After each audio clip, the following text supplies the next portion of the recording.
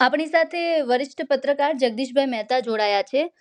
Sir, દેશભરના અનેક મંદિરો હવે ચોરોના નિશાના પર છે. પહેલા આપણે સાંભળતા કે દાન પેટી તોડીને રોકડ રકમ ચોરાઈ ગઈ, ક્યાંક સોના ચાંદીના આભૂષણ, કિંમતી મૂર્તિ પણ ચોરીની ઘટનાઓ આપણે સાંભળતા આવ્યા છીએ. પણ હવે તો દેશના મોટા મંદિરો પણ તેમાંથી બાકાત નથી. સર, અયોધ્યાનું રામ મંદિર હોય, બદ્રીનાથ હોય કે પછી આપણું શક્તિપીઠ અંબાજી હોય, અને સાળંગપુરનું હનુમાનજી મંદિર કે જ્યાં પણ બોગસ વસ્તુઓ મતલબ વેચાતી હોય છે. અને આ બધાની વચ્ચે સર 2 દિવસ અગાઉ આપણા નર્મદાના રાજપીપળાનું જે 400 વર્ષ જૂનું હરસિદ્ધિ માતાજીનું મંદિર છે ત્યાં પણ ચોરીની ઘટના સામે આવી છે. સર, સવાલ અહીંયા એ છે કે આપણી વ્યવસ્થામાં ખામી શું છે? ભગવાનનો લોકોને ડર નથી રહ્યો કે શું? બેન, આ જે દાન ચોરી છે ને, ખરેખર તો દાન જ ચોરી છે. પેલી વાત, દાન તો હજી ભેગું થઈ શકે, દાન જ ક્યાં લેવા જાવી? હા, સાચી વાત છે. પેલી વાત તો ઈ. હવે રહી વાત ભગવાનના ડરની, આ જો કળિયુગ છે બેન, કળિયુગમાં તમારી જાણ ખાતર ઈશ્વર કઈ શંખ ચક્ર ગદા પદ્મ લઈને ન આવે. આપણે સારા સારા માણસોને જોયું છે કે કરોડો રૂપિયા આડાવડા કરીને બનાવ્યા હોય ને, અને પછી કાં કેન્સર થાય ને, કાં અકસ્માતે મરી જાય ને, કાં બીજું કઈક થાય ને, ડખો થાય. એને કહેવાય ને કે સાપ મરી જાય ને, અથવા તો તમને લાઠી લાગે, ભરોળ ઉઠી જાય, પણ તમને કઈ દેખાય નહીં. એટલે કે ને ઈશ્વરની લાઠી જે છે ને એની કઈ છાપ નથી પડતી. અત્યારે કળી કાળમાં અયોધ્યા મંદિરનું સૌથી દુઃખદમાં દુઃખદ પ્રકરણ અયોધ્યા મંદિરનું છે, કારણ કે એ કેવળ મંદિર નથી. એ 140 કરોડ માંથી જેટલા હિન્દુઓ છે એનું તો બિલકુલ હૃદય સ્થાન જેવું છે, આસ્થાનું કેન્દ્ર છે. બાકીના બધા મંદિરે આસ્થાના છે, પણ રામ તો આપણા આરાધ્ય દેવ છે. અને રાષ્ટ્રીય સંઘર્ષ બાદ 500 વર્ષના સંઘર્ષ પછી તમે કહો એનું પ્રાણ પ્રતિષ્ઠા થઈ, એવા મંદિરમાં એક ભૂલચૂક એવી થઈ ગઈ કે એની કોઈ ગોઠવણ કરવામાં ખામી રહી ગઈ, ટ્રસ્ટ દ્વારા કે સરકાર દ્વારા પણ, અને એવો ઘપલો બહાર આવ્યો જેની કોઈ સીમા નહીં. સાચી વાત.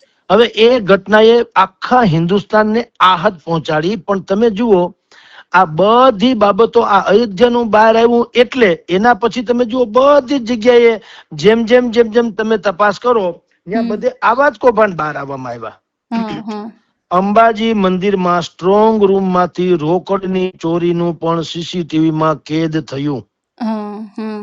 બદ્રીનાથ ધામ જે ઉત્તરાખંડમાં છે ત્યાં બદ્રી કેદાર મંદિર સમિતિનું ધ્યાન રાખવાનું BKTC, એને પણ જોયું કે અહીંયા થાળી શબ્દ વાપરવામાં આવે છે. દાનનો જે પેટી હોય ને થાળી કે છે, એ થાળી ગણતરી એટલે કે દાનની ગણતરી જયારે જ્યાં પણ થતી હતી ત્યાં રોકડ, સોના, ચાંદી એ બધું જ ત્યાંથી આમ શેરવી લેવામાં આવતું એવું સીસીટીવી માં જાહેરે થયું. પછી લાગતા વળગતાની ધરપકડ થઈ. તિરુપતિ બાલાજીમાં દાન પેટીને હુંડી કે છે, હુંડી, એમાંથી પણ ચોરી થઈ. એનું બહાર આવ્યું ને અત્યારે ડખે ચડેલું છે. શિરડી સાંઈ બાબા, ત્યાં પણ દાનની બોગસ રસીદ બનાવીને દાન ઉઘરાવી લેવામાં આવતું હતું ને VIP દર્શનના બાને બોગસ રસીદ બાર પણ ન્યાય પૈસા કટકટાવતા હતા. જગન્નાથ મંદિર છે ત્યાં એમાં રત્નો, આભૂષણો જેટલું છે એ સહિતનો ચંદા વગેરે પણ ત્યાંથી ચોરી જવામાં આવ્યું. અને સાળંગપુર હનુમાન આપણે અહીંયા જે છે એમાં પણ એને નવું જે હમણાં અતિથિ ગ્રહ બનાવ્યું, તો એમાં લોકોએ ખોટી વેબસાઇટ બનાવી. કેટલાક લોકો હોય ને, ચાલાક લોકો એ વેબસાઇટ બનાવી કે તમારે બુકિંગ જોતું હોય તો અમે અહીં કરી આવીએ. કોઈને ખબર ન હોય, ઓનલાઈન તો દેશ દુનિયાભરમાંથી સાળંગપુરમાં બધા આવે, એ લોકો પૈસા મોકલી આપે. આ લોકો એને ડુપ્લિકેટ રસીદે આપી દે. પછી ઓલા લોકો એ રસીદ સાથે અહીંયા સાળંગપુરમાં આવે અને કે ભાઈ અમારો રૂમ અમે બુક કરાવ્યો છે, ત્યારે ટ્રસ્ટીગણને ખબર પડે કે ભાઈ અમારે અહીંયા તમારું કોઈ બુકિંગ છે જ નહીં. અને ઓલા કે આ રસીદ, અને રસીદ બતાવ્યા પછી ખબર પડે કે આ તો બોગસ છે.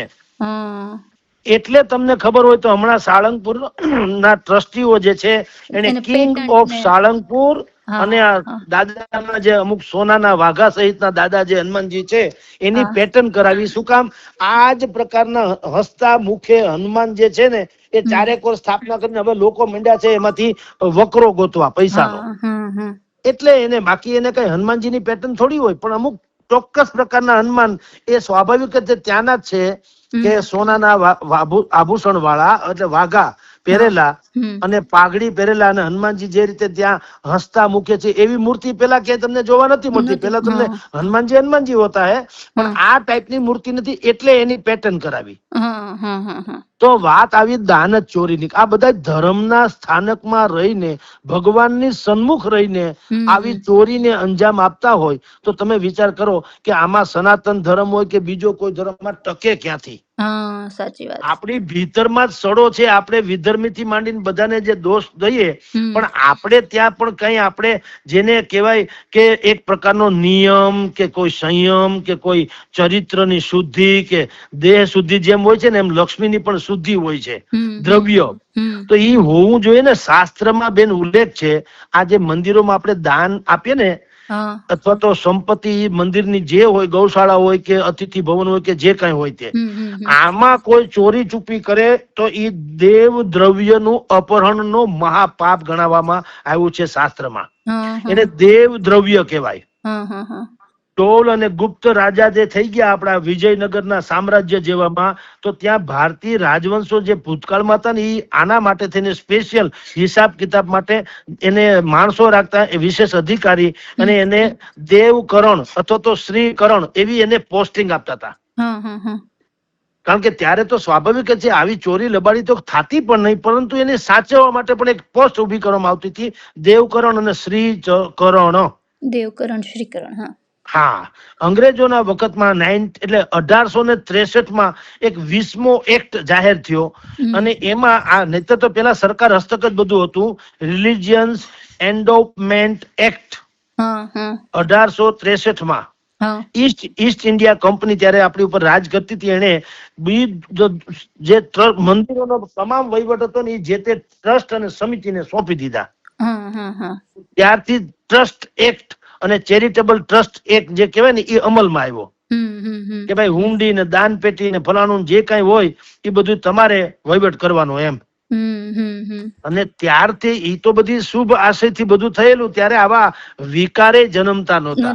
આપણે રામ રાજ્યની જે બેન પરિકલ્પના છે ને, એ રામ રાજ્યની પરિકલ્પના ઈ જ છે કે તમને વિકારે ન જન્મે અને કોઈ દિવસ તાળું ને કૂચી ત્યાં હતા જ નહીં. ચાવી ને તાળાનો જમાનો, કારણ કે ચોરી કરવાની પ્રશ્ન જ પેદા નતો થતો.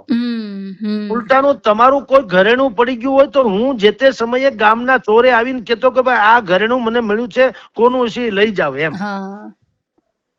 એટલે ભરોસો એટલો બધો હતો કે તાળા કૂચીનો જન્મ જ નતો થયો. એને રામ રાજ્ય કહેવાય. વિકાર જન્મે નહીં કે કોઈ પણ પ્રકારની તમને દુષ્પ્રેરણા થાય નહીં, એ રામ રાજ્ય. અને અનુક્રમણિકા ખોરવાય નહીં. ઋતુગત ફળ આવે. ચોમાસું ન વરસે એવું બને નહીં, ઉનાળામાં ગરમી ન પડે એવું થાય નહીં, શિયાળામાં ઠંડી ન થાય એવું ન હોય. બધું ભરપૂર જ થાય. ઋતુગત ફળ આવે અને અડા બીડ આવે એમ. અને અનુક્રમણિકા કોઈ દી ન ખોરવાય. અત્યારે જેમ અત્યારે વરસાદ આપણે અહીંયા નથી, દક્ષિણ ગુજરાતમાં વધારે છે, પછી અહીં દિવાળી ઉપર આવશે, ઉનાળામાં માવઠા થાય ને એવું પેલા થતું નહીં. અનુક્રમણિકા જળવાઈ રહેતી. બાપની હાજરીમાં દીકરાનું મોત ન થતું. એને અનુક્રમણિકા કે ઈ રામ રાજ્ય. તો એવી અવધારણા હતી આપણા મંદિરોમાં કે કમસે કમ મંદિરની ટ્રસ્ટમાં જે લોકો સામેલ છે એ તો રામ રાજ્યના જે નીતિ નિયમો જે છે મૌલિક અને નૈતિક, આમાં કઈ ફરજ ન પડે, એને અનુસરશે. પણ કાળ જે છે, સમય કાળ, એ તો એને અસર લાગે જ. પડ્યું તો ઘરે તમે ખંડેર થઈ જાય છે ને તો ઈનો ઘર છે. તમે વાળી ચોળીને રહ્યો છો તો ઘર કેવું સુંદર છે. હવે ઈનો ઘર છે, તમે 6 મહિના વર્ષથી બંધ રાખો એટલે ત્યાં ઝાડા ડાખડા થઈ જાય, મકાન થઈ જાય ભેકાર. સાચી વાત. એમ હવે આપણી પાસે નૈતિકતાનો દુષ્કાળ થયો. એટલે આ બધા મંદિરોમાં, જે મંદિરોમાં પોતે દાન ધર્મ જે લોકો કરે છે, એની ગણતરી વાળા લોકો છે, એની દાનત એટલી ખરાબ મંડી થવા કે બધા મને ચોરી ચપાટી કરવા. પણ એક બીજી વાત નીલમબેન છે, તમને કહું, આપણે ત્યાં ગધેડો હંમેશા હિન્દુ ધર્મના મંદિરોમાં જે ચોરી ચપાટી થાય અથવા તો કઈ પણ અજુગતું બને એનો થાય ને, એટલો બીજા ધર્મમાં થાય છે એનો નથી થતો. નહીતર ન્યાય કઈ બહુ દૂધે ધોયેલી હોય એવી સ્થિતિ નથી બેન. સર સવાલ ઈ જ હતો કે ખાલી આ વાત ખાલી હિન્દુ મંદિરો પૂરતી જ છે કે ચોરીની જે ઘટનાઓ થાય છે કે બીજા જે ધર્મો છે તેમાં પણ આ પ્રકારની ઘટનાઓ સામે આવતી? ના બેન, બધે જ છે આવું. આમાં કાગડા બધે કાળા છે, પણ આ તો આપણી ઉપર જ આ બધા ચાળા છે. સમજો. અચ્છા અચ્છા. હા, અમને કહું અજમેર શરીફ બહુ મોટી દરગાહ, ત્યાં હિન્દુઓ પણ જાય છે. જી જી. ત્યાં દાન પેટીને દેગ કહેવામાં આવે. મોટો મોટો વાસણ હોય ને એમાં બધા લોકો એમાં એના કોન્ટ્રાક્ટ હોય, પાછા વાસણ મૂકવાના કોન્ટ્રાક્ટ હોય. હવે એમાં એના ભૂતપૂર્વ સચિવ ને કોન્ટ્રાક્ટર જે છે એ પકડાણા, કાળા ધોળા કરતા, એની સામે FIR થઈ અને મોટો ડખો થયો ને ગલ્લા ચોરીનો મામલો અદાલત સુધી પહોંચ્યો હતો. બોલો. હવે એના કરતા આગળ કહું, હજરત બાલ દરબાર શ્રીનગરમાં છે ને, જમ્મુ કાશ્મીરમાં હજરત બાલ, જ્યાં અલ્લાહના વાળ હોવાનું કે છે અને એ બહુ પવિત્ર માનવામાં આવે છે. બરાબર. હવે ત્યાં પણ હિસાબ નથી રાખવામાં આવ્યો અને ફંડની ચોરી કરવામાં આવી, એવી ફરિયાદના આધારે ત્યાં ગલ્લા સીલ કરવા પડ્યા અને વિડીયોગ્રાફી ફરજિયાત કરવી પડી. બોલો. આ મેં વિધર્મી એટલે કે મુસલમાન સમાજની વાત કરી. હવે તમને ઈથી આગળ ક્રિશ્ચિયનની વાત કરું, ચર્ચનું. આપણે અહીં જેમ દાન ધર્મ થાય છે એમ ચર્ચમાં રવિવારની પ્રાર્થના હોય ને ત્યારે ચંદા એટલે કે દાન મળે છે, એને શું કહેવાય ખબર છે? ઓફરિંગ. ઓફરિંગ. જી. હા, આપણી કમાણીનો 10મો ભાગ છે એને ટાઈથ એમ કહેવામાં આવે. ટાઈથ. ટાઈથ. એ 10મો ભાગ જે છે એ રવિવારે પ્રાર્થના હોય ને ત્યારે ત્યાં દાન કરવાનો હોય છે. હવે તમારી જાણ ખાતર church of north India, CNI, હા, ચર્ચ ઓફ નોર્થ ઇન્ડિયા, એમાં આવી રીતે રવિવારે ઓફરિંગમાં ટાઈથમાં જે દાન ધર્મ આવતા હતા, એના પૂર્વ બિશપ, તમે વિચાર કરજો, કોઈ આલ્યો માલ્યો નહીં, સામાન્ય કર્મચારી નહીં, પૂર્વ બિશપ મિસ્ટર PV સિંહ હતા. એની સામે કરોડો રૂપિયાના ઘપલાનો ફરિયાદ થઈને કૌભાંડ ખુલ્યું. બોલો. બોલો. અને તમિલનાડુના કેટલાય ચર્ચ જે છે એમાં વિદેશી ફંડ આવે છે, FCRA. હા, વિદેશી ફંડ તામિલનાડુના, એના ઘપલાનો પણ અનેકો વાર પર્દાફાશ થયો છે. ઈ તો છોડો બેન, ક્રિશ્ચનોનું મક્કા ગણાય જેને કહેવાય, આપણે જેમ અયોધ્યા ગણાય, ઈ વેટિકન સિટી, જી જી, ઈ કેથોલિક ચર્ચનું જે વૈશ્વિક કેન્દ્ર ગણાય ને, જી જી જી, ન્યા પીટર સ્પેન, એને આપણે જે દાન કે ન્યા ઈ લોકો પીટર સ્પેન્સ કે છે, એટલે ગરીબો માટેનું દાન એમ. ઈ કરોડો રૂપિયામાં આવે, ડોલરમાં પાછા, એમ નહીં. પણ તમે માનશો, જેમ સૌરાષ્ટ્રના કેટલાક ધર્મ સ્થાનકો, આસ્થા સ્થાનકોના મહંતોના પૈસા રાજકોટ, અમદાવાદ, વડોદરાના બિલ્ડરો ફેરવી રહ્યા હોવાનું કહેવાય છે, એવી રીતે વેટિકન સિટીમાં પીટર સ્પેન્સ એટલે ગરીબો માટે જે દાન આવ્યું હોય કરોડો ડોલરનું, એ ત્યાંના રિયલ એસ્ટેટ થી માંડી અને લક્ઝરી પ્રોપર્ટી બનાવનારા પોતે ફેરવે છે, એવો ડખો બહાર આવ્યો. અને કેસ કોની સામે થયો? વરિષ્ઠ કાર્ડિનલ, ધર્મગુરુ કહેવાય ને એને લોકો કાર્ડિનલ કે છે, કાર્ડિનલ, એની સામે કેસ થયો છે. અને અમેરિકા અને યુરોપ એના પણ મેગા સર્ચ સ્કેન્ડલ, એક બહુ મોટું, આપણે જેમ મધ્યપ્રદેશમાં વ્યાપમ આવ્યું હતું ને, વ્યાપમ કૌભાંડ, એની જેમ અમેરિકા અને યુરોપના ચર્ચમાં ચારે કોર એવી ખબર પડવા માંડી કે નકરી ચોરીઓ બહુ થઈ, એટલે એને મેગા સર્ચ સ્કેન્ડલ તરીકે પ્રખ્યાત છે. કોઈ પણ માણસ સર્ચ કરીને ગૂગલ ઇત્યાદિમાં ક્યાંક જે લોકો એને માનતા જોઈ શકે છે. એટલે વાત તો બધે ઠેકાણે કાગડા કાળા છે, પણ આપણે ત્યાં શું છે કે હિન્દુ ધર્મ છે ને એના જેવો સોફ્ટ કોઈ નહીં, એટલે એની ઉપર તડાપીટ બોલાવો. કેટલા દિવસો, આ તો હમણાં કોકરોચ જનતા પાર્ટીએ આ બધું આંદોલન કર્યું નીટની પરીક્ષાનું, નહીતર અત્યાર સુધી ટીવીમાં ઈ જ આવતું હતું ને એક અઠવાડિયાથી, અયોધ્યામાં શું થયું, અયોધ્યામાં શું થયું. પણ આવું તો બધે ઠેકાણે ડખો છે. એટલે આપણે આપણી પોતાની આપણે છે ને ઘટાડીએ છીએ. અને કેટલાક એવા હિન્દુ વિરોધી, હિન્દુ સંસ્કૃતિ વિરોધી લોકો જે છે એને દાજ નરેન્દ્ર મોદી ઉપર છે, સાંભળજો. પણ એ કાઢે છે આ રીતે કે હિન્દુ એ બદનામ થાય ને.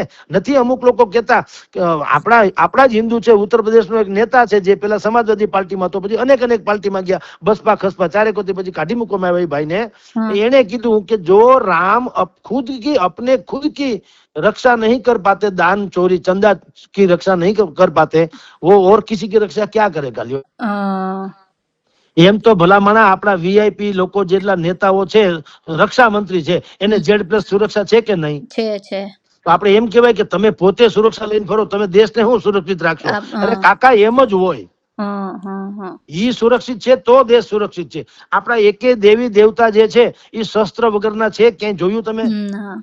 માં સરસ્વતી પાસે તંબુરો છે, વીણા, બાકી બધા પાસે આયુધો જ છે ને, શસ્ત્રો. તો એ કઈ ડરતા નતા, ડરાવતા નહોતા. ઈ એમ કેતા હતા કે અમે જરૂર પડે તો શસ્ત્ર અને જરૂર પડે તો શાસ્ત્ર, શાસ્ત્ર અને શસ્ત્ર બેય નો ઉપયોગ જરૂરી છે. એટલે હિન્દુઓના ધર્મગુરુ, હિન્દુ શાસ્ત્ર, હિન્દુ ધર્મ, હિન્દુઓના મંદિરો અને દેવી દેવતાઓના અપમાનનો આ બધાને બહુ લોકોને મોકો મળી ગયો. એટલે આ બધા અત્યારે અયોધ્યા ઉપર તૂટી પડ્યા ને ચંદા ઉપર તૂટી પડ્યા કે ચંદા ચોરી થઈ, ચંદા. પણ ચોરી થઈ તો કળી કાળના મારા તમારા જેવા માણસોએ કરીને. એમાં રામ ભગવાન में क्या होता है? આપણે અહીંયા પાવાગઢમાં મંદિર છે, પાવાગઢમાં તો ત્યાં શું થતું હતું, ચાંદીના છત્તરની દુકાનો છે ત્યાં સાઈડમાં, જ્યાં લોકો બાધા આખડી રાખે ચાંદીનું છત્તર ચડાવવાનું માતાજીને. હવે કેટલાય વર્ષોથી કૌભાંડ, ઓલા કોંગ્રેસના પ્રવક્તા ડોક્ટર હેમાંગ રાવલે બહાર પાડ્યું કે ત્યાં ચાંદીને બદલે ટીનના છત્તર ધાબડી દેવામાં આવતા હતા. બોલો. અને જ્યાં પ્રસાદમાં નથી, તિરુપતિ બાલાજીમાં લાડુના પ્રસાદમાં ડખો નતો વચ્ચે બહાર આવ્યો, ઘી, નકલી ઘી નાખી દેતા હતા. એટલે આવા કળી કાળને કારણે આ બધું થાય છે. એમાં કોઈ મંદિર કે કોઈ ધર્મ, કોઈ મઝહબ કે કોઈ સ્થાન ઈ ખરાબ નથી. એની ભીતરમાં મારા તમારા જેવા જે કોઈ લોકો ટૂંકમાં છે એને આ બધી હળી હંચા કર્યા છે. એટલે એમ કેવું જરૂરી બહુ ખોટું છે કે કોઈ મંદિર, મસ્જિદ, ગુરુદ્વારા કે ચર્ચ ઈ ખરાબ છે અથવા તો ઈ નકામું છે અથવા તો એનો કોઈ પ્રભાવ નથી. પ્રભાવ એના તો છે, તો લાખો લોકો ત્યાં આવે છે. પણ તમારી દાનતમાં ખોટ છે. એ ચારે કોટ તમામ ધર્મમાં છે, આમાં એક કોઈ હિન્દુ ધર્મમાં છે એવું નથી બેનજી. સર આ આખા મામલામાં એક બહુ અગત્યનો સવાલ એ પણ છે કે આ બધી જે ઘટનાઓ ઘટી એનો ઉકેલ શું છે? આ આખા મુદ્દામાં ઉકેલ શું? જુઓ, સીસીટીવી પણ ઉકેલ નથી, નિગરાની તમે ડ્રોન સિસ્ટમ થી કરો તો ઉકેલ નથી. તમે એમ કહો કે એની ઉપર જાંચ કમિટી બેહાડો અથવા તો ગમે એમ કરીને માથે એક માણસ ઉપર એક માણસ બેહાડો, એનો ઉકેલ નથી. કારણ કે બે માણસનું સેટિંગ થઈ જાય ત્યારે એ ફૂટી નીકળે ને. અને ડિલીટ ડ્રોન થી કરો કે સીસીટીવી કરો, જો હંધાઈ ભેગા થઈ જાય હરકે હરકા ચોર લોકો તો એ તો ડિલીટ કરી દે, થોડોક દી કેમેરો બંધ રાખી શકે ને, ટેકનિકલ ખાના બાના કારણે. એટલે ઈ ઉકેલ નથી. ઉકેલ તો કેવળ ને કેવળ તમે જે શરૂઆતમાં એક શબ્દ બોલ્યા હતા નીલમબેન, ઈ છે ભગવાનનો ડર જેને હોય. અને એ ડર એટલે ગભરાહટ નહીં હો, ડર એટલે આમન્યા. બે પ્રકારના લોકો છે સર, એવું કહેવાય છે કે એક કોઈ પણ કર્મ કરતા હોય ને તો એને એક એવું હોય કે ડરથી કરતા હોય કે ભગવાન મને જોવે છે, અને એક માણસ એવો પણ હોય કે કઈ વાંધો નહીં ભગવાન તો જોવે છે. તો આ બે વસ્તુનો ફેર છે સર. બરાબર. પાંડુરંગ શાસ્ત્રીજીને તમારી જાણ ખાતર કોઈ પરદેશના લોકોએ કીધેલું કે ભાઈ તમે અમારે ત્યાં આવો, જુઓ અમારે ત્યાં કેવા બધા ધર્મ સ્થાનકો છે વગેરે વગેરે. પાંડુરંગ દાદાએ એમ કીધેલું કે ભાઈ મારે નથી આવવું, કારણ કે અમારા દેશને હજી આવી બધી બહુ જરૂર છે. હું એક્સપોર્ટ તો જ કરું ને, વધે તો. આધ્યાત્મિકતાની અમારા દેશને પણ હજી જરૂર છે, એટલે મારે આવવું નથી. તો એને કીધું કે ના ના, અમારો સંદેશો હોય તમને ખબર પડે અમે કોણ છીએ વગેરે વગેરે. એટલે કોઈ એક દેશના લોકોએ ત્યાંના ધર્મ સ્થાનકોનું એને દ્રશ્ય બતાવ્યું અને ત્યાં લખ્યું હતું કે God is waiting for you. કે જુઓ ભગવાન તમારી રાહ જુએ છે એવું તમને કે છે, એટલે હવે તો પધારો એમ. પાંડુરંગ દાદાએ શું કર્યું ખબર છે? એને એ વાક્ય ઉપર ચોકડી મારી.